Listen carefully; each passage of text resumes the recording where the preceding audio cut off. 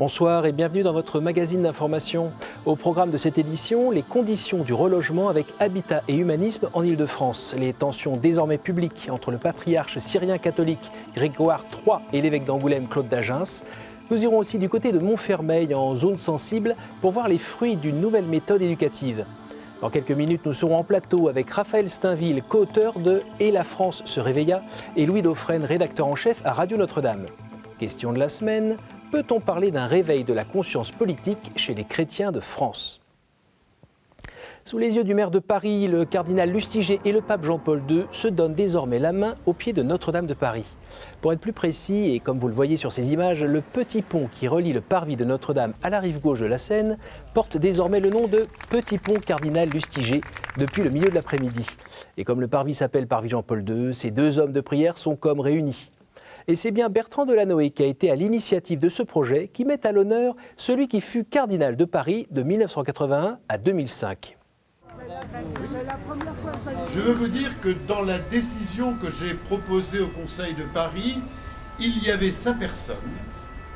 Il y avait aussi, dans mon esprit, l'hommage à rendre aux catholiques de Paris, une des composantes essentielles de la société parisienne à travers l'un des plus grands de cette communauté. Ça représente un hommage de la ville de Paris à l'un de ses enfants et à l'un de ses représentants, non seulement en France mais dans le monde. Et ça représente surtout la possibilité pour les générations qui ne l'ont pas connu de retrouver son nom d'une façon matérielle à un endroit particulièrement significatif puisque c'est un pont qui donne accès au parvis Notre-Dame Jean-Paul II et qui ouvre le chemin vers la cathédrale. C'est un fait rare. Le patriarche grec melkite catholique a rendu public hier une lettre adressée à Monseigneur Claude d'Agence, évêque d'Angoulême.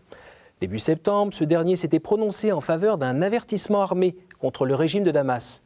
Mais c'est son propos sur Radio Notre-Dame la semaine dernière qui a suscité la polémique. Au cours de l'échange, Monseigneur d'Agence a évoqué entre autres une collusion entre le patriarche grec melkite et Bachar el-Assad.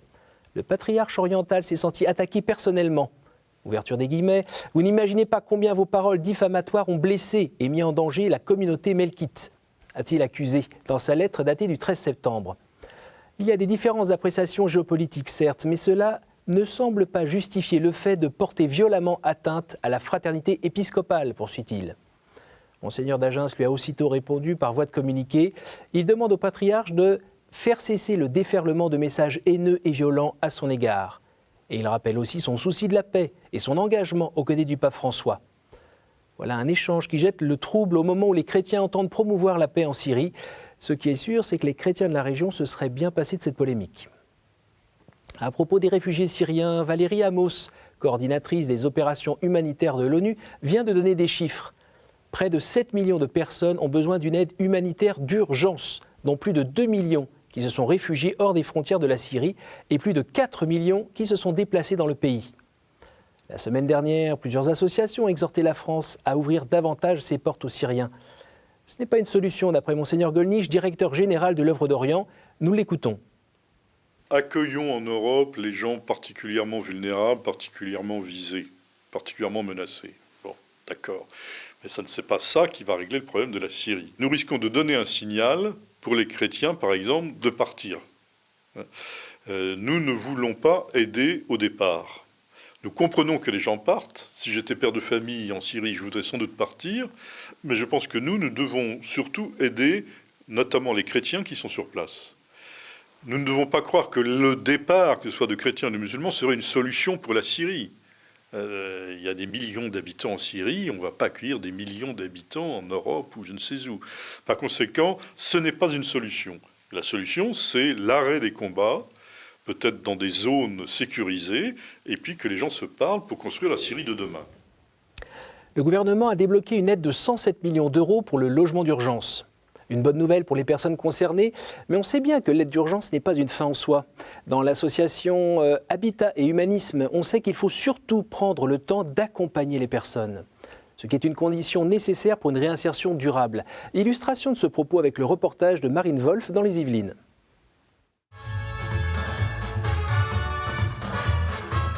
Des cours comme celui-ci, James Silla en donne 2 fois par semaine. Mais cette passion ne lui rapporte pas suffisamment pour vivre. Après un divorce, il s'est retrouvé dans un hôtel insalubre avant d'être accompagné par l'association Habitat Humanisme. Depuis 2 ans, il est logé à Viroflay, en banlieue ouest de Paris, dans un studio appartenant à l'association. Ici, le montant du loyer est fixé en fonction de ses revenus, mais surtout toutes les semaines, Alain Babinet vient lui rendre visite. Ce cadre supérieur dans une grande entreprise de télécom l'accompagne bénévolement pour l'intégrer dans cette ville en voisin. C'est lui donner l'occasion d'échanger sur ses propres projets. Et c'est ça que j'essaye d'être une oreille amicale pour James. Ça correspond à l'idée qu'en accueillant des personnes venant d'ailleurs d'une autre culture, d'un autre milieu, dans des quartiers dits équilibrés, ça donne des occasions de rencontres. Si j'étais resté dans mes circuits de vie habituels, j'aurais jamais eu la chance de rencontrer quelqu'un comme James. Alain, lui, il essaye de m'intégrer dans une ville que je ne connais pas. Je ne connais personne. Alain, c'est mon ami, c'est mon copain, mais c'est mon élève aussi, parce qu'Alain danse au stage de danse. Pour l'association, une réinsertion réussie passe par un logement stable, mais pas seulement. C'est pourquoi ces logements sont loués pour 18 mois à des personnes qui sont déjà dans une démarche de réinsertion, notamment en ayant une activité. L'objectif est qu'elles puissent ensuite accéder à un logement traditionnel. Ils vont avoir besoin qu'on les aide en fait à reprendre, prendre ou apprendre quelques repères, et maintenir le travail, insérer ses enfants à l'école. Mais sans toi, c'est très compliqué de maintenir les autres domaines d'insertion. L'an dernier, l'association a accompagné près de 220 familles en Île-de-France grâce à ses 500 bénévoles. La semaine dernière, ici, on parlait de laïcité, un thème qui revient dans l'actualité avec l'histoire déroutante d'une employée de la mairie de Conflans-Sainte-Honorine. Dans ce havre de verdure francilien, une cadre responsable entretenait de bons rapports avec ses collègues au point d'offrir à certains d'entre eux des pneus d'Agen et un calendrier à Noël. Un des agents de la mairie, frustré de ne pas avoir la promotion qu'il espérait, a transformé cette belle histoire en cauchemar. Il a tout simplement signalé au syndicat un, entre guillemets, manque à la laïcité de cet employé. Cette bénévole d'une association familiale protestante offrait des calendriers avec horreur le logo de son église baptiste et un verset de la Bible imprimé. Cet employé a été muté et travaille désormais dans une maison de retraite. Le maire, le sénateur socialiste Philippe Hénol, lui a retiré toute responsabilité d'encadrement sur l'avis d'une commission administrative paritaire. Ça laisse sans voix, non ? Sans transition, une nouvelle école vient d'être inaugurée à Montfermeil. Une nouvelle méthode d'enseignement adaptée aux populations en difficulté qui a vu le jour l'année dernière avec peu d'élèves. L'école s'est bien développée comme Coraline Salvoche l'a constaté sur place. Gros plan sur une école hors contrat qui, pour une fois, s'adresse à des populations défavorisées. Au premier abord, rien ne semble différencier cette cour d'école d'une autre, et pourtant, avec 5 classes du CP à la 3e, le cours Alexandre Dumas redonne espoir aux élèves les plus en difficulté. Vouvoiement et uniforme de rigueur, l'école est ouverte de 7h45 à 19h. Objectif, retourner aux fondamentaux pour un nouveau départ. On est moins dans les classes, donc les profs ils peuvent mieux nous écouter, nous comprendre. Le projet est porté par une équipe d'enseignants et d'encadrants rodés au public de banlieue. Dans les classes, toutes les cultures et toutes les religions se côtoient. Et pas question ici de nier une réalité de terrain. Nous sommes tous touchés par cette expérience de la foi.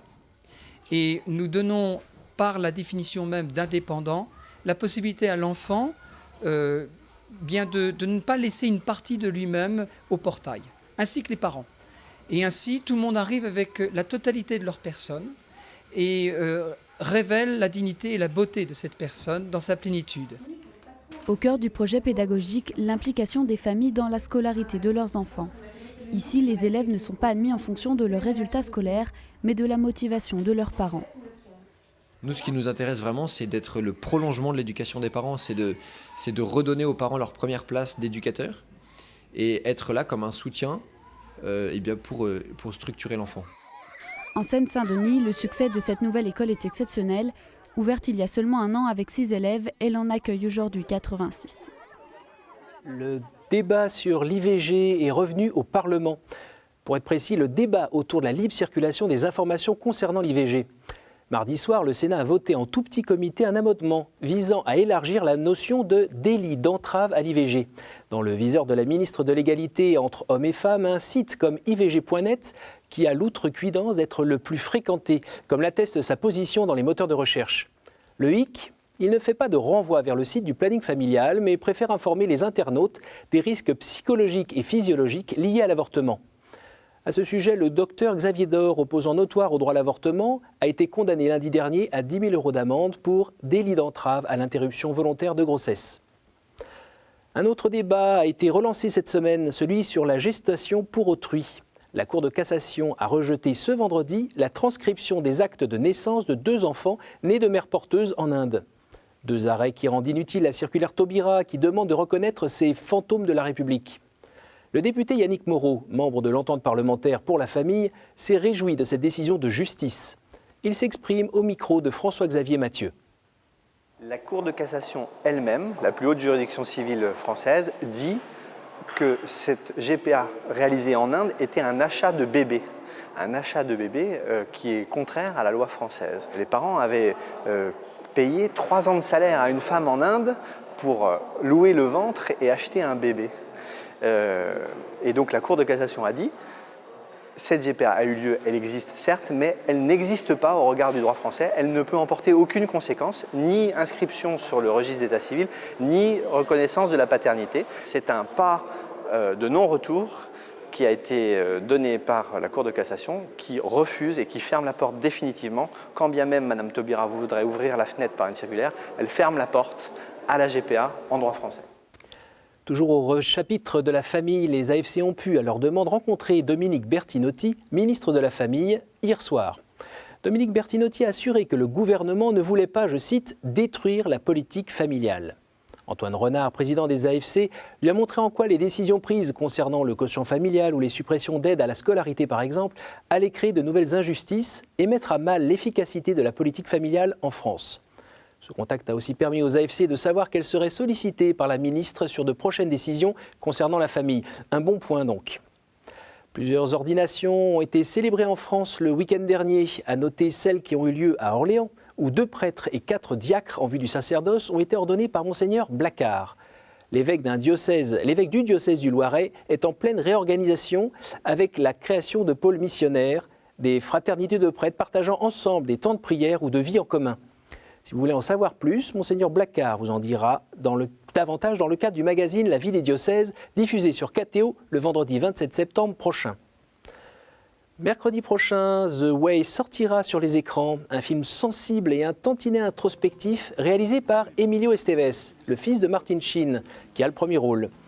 C'est le rôle d'un père qui part sur la route de Compostelle afin de poursuivre le pèlerinage de son fils, mort foudroyé sur le chemin dès le premier jour. 2 heures de marche pour s'interroger sur la route et le sens de la route. Vous pourrez retrouver Tchéky Cario, un des protagonistes de ce long métrage, dans le magazine VIP, samedi à 20h40 sur KTO. En voici un extrait pour vous mettre en appétit.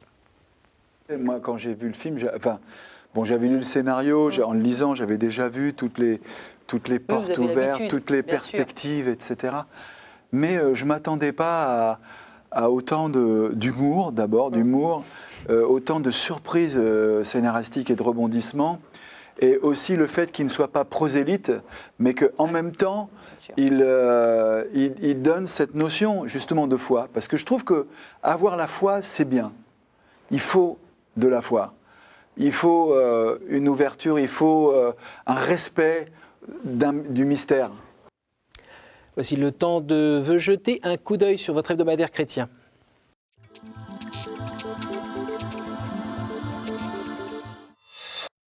Cette semaine, Pèlerin fait sa couverture sur les pèlerins de Compostelle, avec Martin Sheen en vedette américaine. L'acteur d'origine espagnole revient sur son voyage intérieur, ses racines familiales et son retour à la foi. La vie attire l'attention de ses lecteurs sur l'arrivée du genre à l'école et dans la société.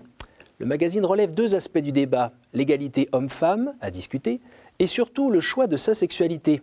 Un choix qui implique, pour qu'il soit libre, la promotion égale des différentes formes de sexualité, hétérosexuelles comme homosexuelles, ce à quoi s'opposent nombre de parents et d'associations comme les AFC. Enfin, Famille chrétienne attaque l'an 2 de la Manif pour tous avec un dossier consacré à ces jeunes dont la manif a changé la vie. Une renaissance et pas un sursaut, comme s'en réjouit Fabrice Adjadj. Cette semaine, on peut aussi évoquer la Civiltà Cattolica.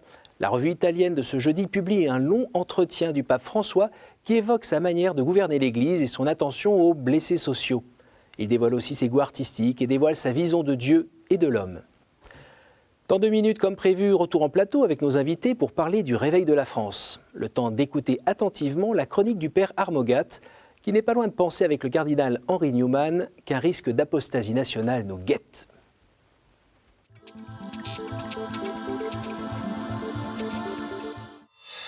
Nous avons vécu l'été des gros mensonges et des petits accommodements. Et le mensonge principal porte lorsque les mots reçoivent un sens différent de leur sens authentique. Lorsque, par exemple, un coup d'État militaire s'appelle une libération nationale, lorsque des résistants sont désignés comme des terroristes. Alors, un bon exemple, c'est le mot laïcité, qui devrait désigner une neutralité de l'État pour laisser les religions dans l'espace public jouer leur rôle social et national. Or, la laïcité est devenue une sorte de combat contre les religions en général et souvent, sous couleur de restreindre, de limiter l'islam, de combat contre l'Église catholique. Alors, ce qui est très pernicieux dans cette affaire, c'est que le retrait de l'Église catholique de l'espace public, une sorte de privatisation de la religion, serait non seulement tourner la page d'une grande histoire de la présence de l'Église catholique en Occident, mais serait aussi quelque chose qui pourrait bien faire plaisir à beaucoup de catholiques, laïcs, religieuses, religieux, clercs. C'est-à-dire l'espèce de fainéantise spirituelle, le péché qui est en nous et qui correspond à notre manque d'esprit missionnaire. Le retrait de l'Église catholique de l'espace public, les attaques dont elle est l'objet, qui rognent son périmètre social, reviennent aussi à rencontrer de notre part une sorte de lassitude, une privatisation facile de notre religion. Je crois qu'un véritable sursaut est attendu pour que l'Église catholique conserve dans ce pays la place qui est la sienne et qui est si importante pour tant d'hommes et de femmes, catholiques ou non.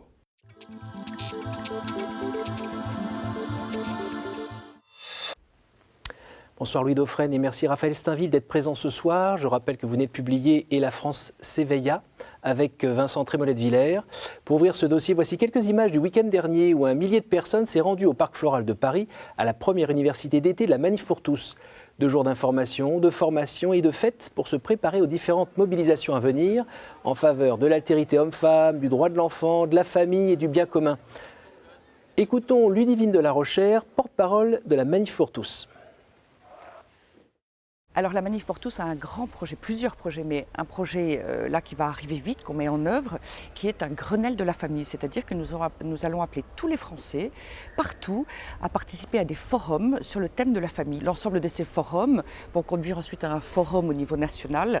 Nous ferons des synthèses de tous ces échanges, de tous ces débats, et dans une deuxième étape, nous rédigerons un projet de loi famille. C'est-à-dire que nous voulons proposer au gouvernement et aux parlementaires et non pas juste subir le projet de loi famille qui est en cours de préparation par le gouvernement et qui probablement ne nous agréera, enfin pas. Il nous faut aller vite, c'est ambitieux, mais c'est tellement important, le mariage, la filiation, l'éducation, que je pense et je sens déjà un enthousiasme pour contribuer à ces forums et pour contribuer à cette réflexion. Alors le titre de votre livre, c'est bien « Quand la France se réveilla ». C'est cette France-là ? C'est une France, oui, effectivement, qui, à l'occasion qui l'année passée, s'est mise en marche de manière soudaine. Personne ne s'y attendait. Et 1 an plus tard, ils sont encore là, comme ils le crient, ils le chantent, ils ne lâchent rien. Alors, en jetant un coup d'œil dans votre livre, on voit que c'est plutôt... Enfin, j'ai eu l'impression que c'était plutôt une partie de la droite française qui se réveillait. Ce qui est certain, c'est que le mouvement, dans son immense majorité, est un mouvement de droite, catholique, même s'il ne faudrait pas le réduire uniquement à cela. Ce que l'on a vu, parce qu'on a essayé dans notre travail de tenir un peu la chronique de ce mouvement, de sa naissance, de sa genèse, à ses peut-être probables conclusions et développements futurs. Ce qui est très intéressant, c'est un mouvement qui est né, qui a été irrigué, notamment par les papes. Tous ces jeunes que l'on a vus dans la rue ne sont pas forcément des jeunes qui ont été au JMJ, aux Journées mondiales de la jeunesse, mais ils ont entendu depuis des années les homélies, les discours du pape Jean-Paul II puis de Benoît XVI contre la culture de mort. Quand vous évoquiez ce peuple de droite, effectivement, ils étaient aussi très nombreux, de droite et catholiques. Tous n'ont pas voté Sarkozy, mais tous se sont reconnus lorsqu'il a attaqué finalement l'héritage de mai 68. De même que beaucoup n'ont pas forcément lu Michel Houellebecq, mais tous ont compris qu'on vivait dans une société où tout devenait bien de consommation, de l'amour, jusqu'aux enfants. Mais et pour beaucoup, c'était intolérable. Justement, sur le point un peu qu'on voit dans votre livre, la France se réveilla et on voit plutôt que c'est une sorte de France de droite qui se réveille. Ça ne vous choque pas, Louis, que ce mouvement politique dont on a parlé dans tous les médias comme la Manif pour tous, tout d'un coup, on ait l'impression de faire un amalgame entre France de droite et ce mouvement-là ? Moi, j'ai l'impression que ça touche beaucoup plus que la droite, si tant est d'ailleurs qu'on arrive à définir précisément ce qu'est vraiment l'esprit, la physionomie de la droite aujourd'hui. Il y a une phrase d'ailleurs que cite Raphaël Steinville dans l'ouvrage, « Quand la droite est à place, c'est l'Église qui devient l'opposition ». Je ne sais plus de qui est cette phrase, mais elle est assez pertinente. C'est Jean-Christophe Cambadélis. Voilà, Cambadélis, comme un expert des structures, de la prise du pouvoir par la culture. Et c'est peut-être une révolution culturelle à laquelle on assiste aujourd'hui. Parce que c'était une clientèle, si je puis dire, qui ne descendait pas habituellement dans la rue, qui descend de manière extrêmement épisodique dans la rue, et qui n'était peut-être pas aujourd'hui, qui n'avait pas de prétexte depuis ou de cadre dans lesquels elle pouvait s'exprimer, descendre dans la rue depuis très longtemps. Puisqu'on revient aux manifs de 84 ou celle du Pax, c'est quand même tous les 10 ans, ce qui est quand même extrêmement espacé. Et puis, comme le souligne également cet ouvrage, qui est quand même le premier sur le sujet qui fait la synthèse, c'est le fait que l'ère Sarkozy a libéré une parole, puisque Raphaël et Joris Poétique... Libéré ou provoqué ? Libérer quand même la parole sur quantité de sujets, le discours du Latran, la laïcité positive, tout cela a amené les chrétiens, les a peut-être sortis de la domestication. Votre avis ? C'est tout à fait ce qu'on décrit. Alors, est-ce que c'était par tactique, par cynisme ? On ne peut pas trancher absolument en tout cas, personnellement, cette question. Ça n'a pas trop bien marché pour lui. Non, mais effectivement, d'ailleurs, le soir du 6 mai, même si les catholiques, dans une immense majorité, se sont quand même portés vers lui, il lui a manqué quand même un certain nombre de personnes qui ont été déçues. Il y avait des raisons objectives de cette déception pendant son quinquennat, mais ce retour assez formidable qu'il a fait pour la campagne, une campagne sur les valeurs, c'est dû justement à la mise en avant de discours, de valeurs, d'objets qui jusqu'à présent n'étaient plus dans le discours politique. Alors, il y a une histoire de renaissance ou de naissance ou d'éveil de conscience politique, on peut dire ça ? Alors effectivement, moi je pense en plus que pendant ces conscience tout court. Non, mais pendant ces manifestations, ces jeunes, parce que c'était assez troublant de voir la jeunesse de ces personnes qui manifestaient, ont vécu une sorte d'apprentissage politique accéléré. Pendant 6 mois, ils étaient dans la rue et progressivement, passé l'agitation, le simple fait de marcher, ils se sont mis à s'asseoir, à écouter des discours, des penseurs, ce sont les veilleurs. Et donc tout ça contribue à l'éveil d'une conscience politique. Qu'est-ce qui vous a le plus surpris dans cette enquête que vous avez faite, j'imagine, avant l'été ? Oui, on a achevé l'écriture de ce livre au cours de l'été. En fait, tout est surprenant dans ce phénomène. Personne ne pouvait dire il y a un an, lorsque une cinquantaine de personnes se réunissaient quasiment comme au temps des catacombes dans une petite salle parisienne du côté Saint-Sulpice pour essayer de mettre en place cette manif, personne ne pouvait prédire l'ampleur qu'allait prendre ce mouvement. Donc, dès l'origine, il y a une surprise, il y a quelque chose qui retient l'attention Et on a essayé justement de comprendre ce phénomène. Souvent, on fait la manif pour tous, un mouvement spontané, irruptif.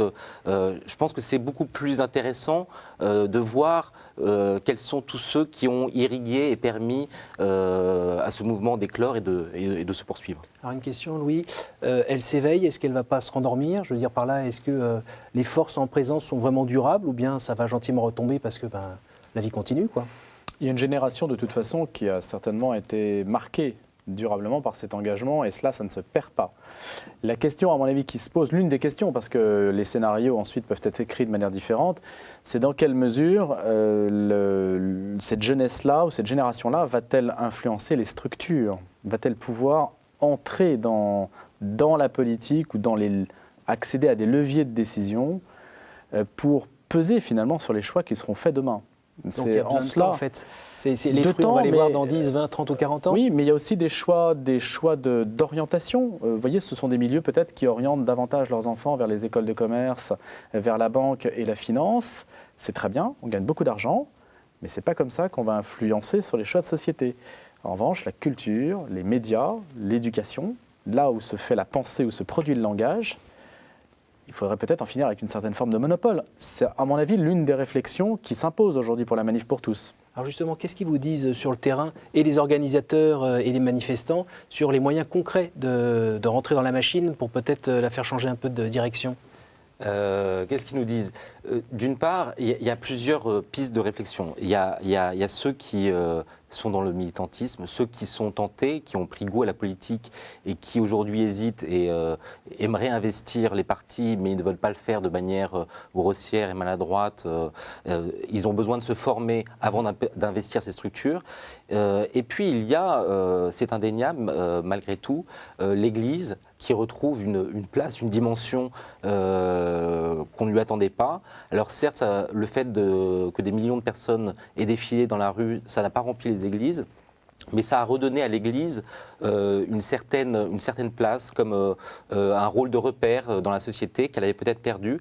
Et donc voilà, les gens vont se diriger vers l'Église, vers des partis. Tout ça est en pleine efflorescence. C'est vrai qu'on est au tout début, de même qu'on a été incapable de prédire ce que ce mouvement allait pouvoir devenir. C'est très compliqué de pouvoir penser posément, comme si la vie était un jeu d'échecs. Voilà, on a appris avec la Manif pour tous que les fous pouvaient aller tout droit et les tours en diagonale. Je pense que la Manif pour tous et tous ces gens nous réservent plein de surprises.